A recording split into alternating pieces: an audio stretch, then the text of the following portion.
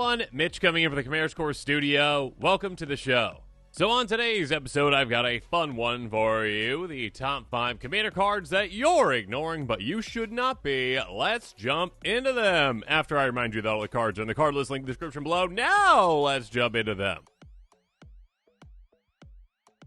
First up, Reap. Now, this card is an oldie and a forgotten one, but a goodie. This is a card from all the way back in, what is that, Tempest? Back in 97? My goodness, no wonder we forgot about it.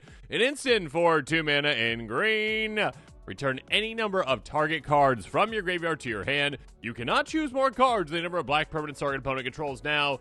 This obviously was templating from a long time ago, but basically, hey, bring back cards out of your graveyard based on the number of black permanents an opponent controls. So basically you're saying, all right, this is a card that, yes, could do absolutely nothing, sure. Or this could be the most amazing play of all time, because this is a card that, again, is going to be bringing you an insane amount of cards potentially out of your graveyard, an insane amount of recursion for just 2 mana. Instant speed as well. Again, when it comes to recursion spells, 2 mana is the typical cost to recur something, essentially, in green, and that is just recurring one thing, essentially, and this one is like, oh, no. One thing at sorcery speed, no. I'm talking about like 5, 10, whatever, an absurd amount of cards, basically maybe your entire graveyard for 2 mana at instant speed. If you're playing against any deck that has black in it, essentially, you're pretty much guaranteed to at least get something out of this. And especially if you're playing against mono black, it's like, oh yeah, the best card of all time at 2 mana, recurring so many cards. Again, it is a little risky. Yes, I will say it is a little risky, and that's okay. You gotta be okay with a little bit of risk in life, right? But the payoff is insane. And again, the risk is not that much. Black is one of the most played colors in Commander. You're playing in a Commander pod. Typically, at least one player is going to have black on average, right? And if you're playing and everyone's got black, my goodness, the amount of value, because the amount of choices that you have depending on what board situations are, who's got the best situation comes the amount of black permanents in play, and you pick that one and you say, okay, yeah, 2 mana, 7 things back. Absolutely absurd value for just $1.50. Next up, Wand of Wonder. Now, this is a card that some players think is just a gimmick card, and it is not a gimmick card. And it's not just for specific decks either, though those specific decks can really utilize it. It is an artifact for 4 mana in red that has pay 4, tap, roll a d20. Each one exiles cards to the top of their library until they exile an instant or sorcery card, then shovels the rest in their library. You may cast up to X instant sorcery cards without playing them, basically paying their cost. 1 through 9 is 1, 10 through 19 is 2, and 20 is all 3. Now, here's the thing. You don't count on 20, obviously, because you're probably not going to hit 20 out of, one every 20 times you will. Unless you're like in a dice rolling deck and you've got some ways to change things, sure, okay, fine. But that's okay. I mean, when you do hit, that's amazing. That being said, yeah, most of the time you're going to hit, 2 slightly more often than 1, but still, like, very close, because 1's 10 and 1's basically 9 opportunities, right? That being said, here's the thing. Even if you're just getting one thing, essentially, that's still amazing. You get to choose 1 out of 3 spells to cast. Basically, you are just getting free cards. I mean, you got to pay the 4 to tap, right? But still, you're getting free cards whenever you need them, essentially. Free advantage. And again, you get options. And a lot of the time, you are going to be able to get 2 of those things. So again, 4 mana to cast 2 spells. And again, this is on repeat. This is repeat card advantage, card selection. Not card selection, but basically it's a way to essentially get things for free off the top. And again, some of the things that you hit could be so much more expensive than the 4 mana that you put in there. You can get absolutely massive, giant effects, instantaneous spells that change the game, that are absolutely massive. Again, like, oh yeah, I just got extra turn spell up the top. Oh, maybe even getting like a copy spell at the same time, like, oh yeah, okay, I just got a combination of spells that will win me the game just from playing this card. Again, yes, there are certain types of decks out there that can benefit more from it. Like, your, more prosperous style decks are like, hey, top of the library, casting outside of my hand type of things. You get benefits from that. Sure. That doesn't mean that this should be restricted to that, though. This is a card that can make such a good impact. And again, yeah, there is a little bit of risk to it. But again, yes, there is. But life. Take risk in life. Take risk with this and have so much fun and so much value with this. Another oldie but a goodie from way back in the day, although this version is from more recent. Anyways, Pernicious Deed, enchantment for 3 mana in Golgari. pay X, sacrifice it, destroy each artifact, creature, and enchantment converted mana cost X or less. Now, this is an amazing card. This is some really, really good removal. It's actually kind of a preventative spell as well, which is so good because you impact the game without really doing anything for a while. This is a card that you throw it down and your opponents go, oh no. Oh no, that is a ticking time bomb on the battlefield ready to take me out. Well, take all my things out, essentially. This is one where you basically say, okay, I'm just going to keep this out. I'm going to threaten people and say, hey, you know what? Things are going to be happening because, well, you've got some creatures I don't like. You've got some artifacts I don't like. Got some enchantments I don't like. You might have some really good cards in your hand. You better not play those cards because I'm going to destroy everything. You basically have, again, that ticking time bomb in play that players just keep looking at and saying, like, oh, gosh, when's that going to go off? Okay, I better not upset them. Yeah, again, if someone's going to attack you, you're like, you want to keep your board? Yeah, I thought so. Yeah, let's not do that. Yeah, you can make deals with this, and you can say, like, okay, like, I'm going to pick 5 converted mana cost for this one, most likely, because, well, you've got 5 as your high end right over there. But here's the thing.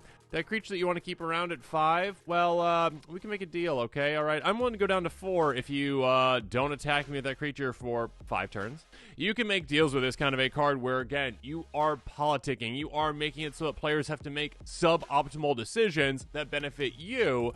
And also, you just have kind of like an instant speed board wipe on the board ready to go. Yeah, it does cost a decent amount of mana to get it all pulled off, sure. But it's like an initial investment of 3 early on. And then later, again, you're in green. You've got a lot of mana. You got a lot of access to it. You can just wipe out the entire board. Or again, if you've got some high mana value things, make it more of a one-sided board wipe. Or again, that politic board wipe. It is so, so good. It has such an impact on the game that you might not even realize. Next up, okay, this one might be for more specific decks, sure, but there are plenty of decks out there that play with cards like this, though this one doesn't see very much play at all, and it should. Spawning Pit, such a good card. Artifact 4/2. Sacrifice a creature, put a charge counter on it by paying 1. Move 2 charge counters from it, create a 2/2. Spawn artifact creature token, very specific there. Anyways, this is a card where you go, okay, hey, a free sacrifice out that you can fit into literally any deck out there. Yeah, that's going to have some value. Now, obviously, it's not like, oh, Ashnod's Altar or Phyrexian Altar. Yeah, some insane ones that are like, yeah, you just get free mana and you probably win the game because of infinite mana shenanigans. Sure. That being said, this is one where, again, free sacrifice outlet, low the ground, just 2 mana on a non-creature. It's going to stick around longer than, say, a Viscera. Not saying it's better than Viscera, but, you know, it can fit into more decks, and it's also an artifact, so that's nice. But being able to just go, okay, whenever I want, I can freely sacrifice a creature, which is amazing. Again, aristocrat-style strategies, love it. Sacrifice strategies, love it. Graveyard recursion strategies, love it. Being able to just add up charge counters onto this, essentially, and then, yeah, when you need to, make your army, which then you can maybe sacrifice for even more value. See, aristocrat-style decks really like a card like this, or should be utilizing a card like this, I should say, because you basically go, okay, for every 2 creatures I sacrifice, I get another creature. And, of course, if you've got, like, token shenanigans, like doubling up your token shenanigans, you can even make it an even amount, which is insane, or proliferate, or ways to get extra counters on things. You can do some crazy things with this. That being said, yeah, again, it is a way to go, you know what, I'm kind of just storing up creatures that are ready to go. So again, if a board wipe happens, you're like, oh, okay, hey, you're about to Wrath of God, I got 10 creatures in play, let's sacrifice all of those to this before that board wipe hits, and all of a sudden, yeah, I've got 5 counters on this, and, yeah, before my turn, let's just remove those counters. Let's make 5 2/2s, and I'm ready to go with a new army, essentially, before things are ready to go. Finally, though, Mandate of Peace. This is such a good card. Instant for 2 mana in white. Cast a spell only during combat. Okay. Your opponent can't cast spells this turn. Fun. End the combat phase, which means remove all attackers and blockers from combat. Exile spells and abilities from the stack, including this spell. Yeah, this is a card that says, hey, you know what? There's certain rules in Magic. Let's break those rules. Those rules are now, well, broken, and they change. So essentially, here's the thing. Again, you can only cast during combat. That's okay. There's another card out there, obviously, like Silence. Like, you know, you force opponents not to be able to cast things on your turn. That's okay, all right? This one says, you know what? All your opponents can't cast spells this turn. It's only after combat. That's fine. We can play in our second main anyways. And also, we end the combat phase. So it's basically like a really good fog that says, hey, you know what? Let's just say that this combat didn't happen. You can play this whenever you want to. You can make deals with this as well. You can save a player with this, or just save yourself. Again, someone's swinging it out, and you're like, oh, No, that didn't happen. Okay. Yeah.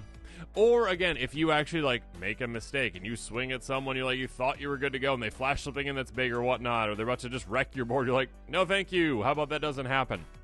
Such a good card that can make a massive impact on the game on those things. But of course, if you are in any kind of a deck that goes infinite, that has infinite combos, that really wants to protect those infinite combos, this can be a great way to do that, because you can go, all right, yeah, you know what, that combo didn't work out. All right, let's cast this, and okay, yeah, second main phase, yeah, you can't cast spells right now, right, opponents? No, you can't because of this? Okay, infinite combo, you can't stop it. Thank you! Yeah, or if you got an instant speed infinite combo, you can do this on opponent's turns as well. So yeah, this is such a good card that has a lot of applications and definitely is slept on. Pick it up. And with that, this episode is coming to a close. Comment below with your thoughts on it. And of course, as always, thanks again and have a good one.